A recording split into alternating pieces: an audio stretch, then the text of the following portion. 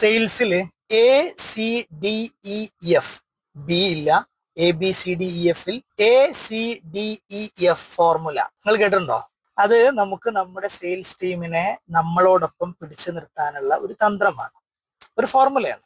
വലിയ ടാക്ടിക് ആയിട്ടൊന്നും എന്ത് ചെയ്യേണ്ട, എടുക്കേണ്ട ഒരു ബെസ്റ്റ് ഫോർമുലയാണ്. ഒന്ന്, A സ്റ്റാൻഡ്സ് ഫോർ അപ്രീസിയേഷൻ. നമ്മൾ തുടർച്ചയായിട്ട് നല്ല സെയിൽസ്മാൻമാർക്ക് നമ്മുടെ കൂടെയുള്ള ടീമിനെ അപ്രീഷിയേറ്റ് ചെയ്തുകൊണ്ടേയിരിക്കണം. ഏത് മനുഷ്യന്റെയും ഉള്ളിലെ ഒരു നെസസിറ്റിയാണ്, ഒരു ആഗ്രഹമാണ്, അവന്റെ ആവശ്യമാണ് അപ്രീസിയേഷൻസ് എന്ന് പറയുന്നത്. അതൊരിക്കലും കുറയരുത്.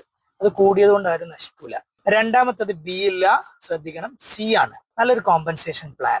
ഇൻഡസ്ട്രിയിലുള്ളതിൽ വെച്ച് ഒരു 3 to 5%, അല്ലെങ്കിൽ 5 to 7% എപ്പോഴും എന്റെ സെയിൽസ്മാൻ ഹൈ ആണ്, ഹൈ പേ നമ്മൾ അവർക്ക് എന്ത് ചെയ്യുന്നുണ്ട്, കൊടുക്കുന്നുണ്ട്. അത് ബേസിക് സാലറി ആയിക്കോട്ടെ, നിങ്ങൾ അവർക്ക് അഡീഷണലി കൊടുത്തുകൊണ്ടിരിക്കുന്ന ബെനിഫിറ്റ്സ് ആയിക്കോട്ടെ, ഇൻസെന്റീവ് എല്ലാം കൂട്ടി നോക്കുമ്പോൾ ഇൻഡസ്ട്രിയിലുള്ളതിനേക്കാൾ കുറച്ചുകൂടി മെച്ചപ്പെട്ട അവസ്ഥയിലായിരിക്കണം നമ്മുടെ സെയിൽസ്മാൻ എന്ത് ചെയ്യേണ്ടത്, ഉണ്ടാവേണ്ടത്. അതിനുള്ള റിസൾട്ട് അയാൾ കൊണ്ടുവരും. ഇനി D stands for development plan. എന്റെ കമ്പനിയിൽ അല്ലെങ്കിൽ നമ്മുടെ കമ്പനിയിൽ നിന്നാൽ അയാൾക്ക് ഗ്രോ ചെയ്യാൻ കഴിയും, അയാളുടെ ജീവിതം സെറ്റിൽ ആവും, അയാളുടെ ഫാമിലി ഓക്കെ ആയിരിക്കും, നെക്സ്റ്റ് ലെവലിലേക്ക് അയാൾക്ക് എത്താൻ കഴിയും എന്ന ഉറപ്പ് അയാൾക്ക് ഉണ്ടെങ്കിൽ, ഒരു ഡെവലപ്മെന്റ് പ്ലാൻ നമുക്ക് അയാൾക്ക് കൊടുക്കാൻ കഴിയുമെങ്കിൽ he will stay with us.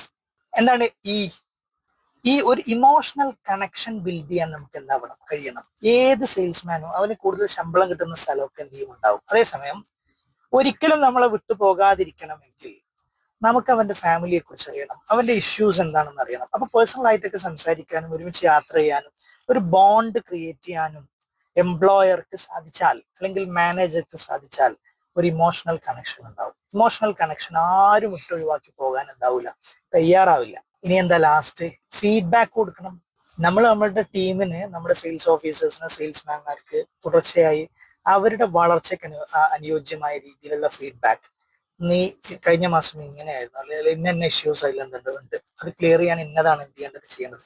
വളരെ പോസിറ്റീവായ രീതിയിൽ വേണം. നെഗറ്റീവായ ഫീഡ്ബാക്കുകൾ കൊടുക്കുകയാണെങ്കിലും അത് നമ്മൾ പ്രസന്റ് ചെയ്യുന്നത് വളരെ പോസിറ്റീവായിട്ടായിരിക്കണം എന്ത് ചെയ്യേണ്ടത്, കൊടുക്കേണ്ടത്. ഈ അർത്ഥത്തിലുള്ള ഇത്രയും കാര്യങ്ങളെ സജീവമായിട്ട് നിലനിർത്താൻ നിങ്ങൾക്ക് കഴിഞ്ഞാൽ നമ്മുടെ കൂടെയുള്ള ഒരാളും നമ്മളെ വിട്ടുപോയില്ല. കൂടുതൽ ടിപ്സ് അറിയാൻ, സെയിൽസ് റിലേറ്റഡ് ആയിട്ടുള്ള കാര്യങ്ങൾ അറിയാൻ, സപ്പോർട്ട് ആഗ്രഹിക്കുന്നുവെങ്കിലൊക്കെ എൻ്റെ പേജ് ഫോളോ ചെയ്യുക. ഏത് സമയത്തും നിങ്ങൾക്ക് എന്നെ കോൺടാക്ട് ചെയ്യാവുന്നതാണ്.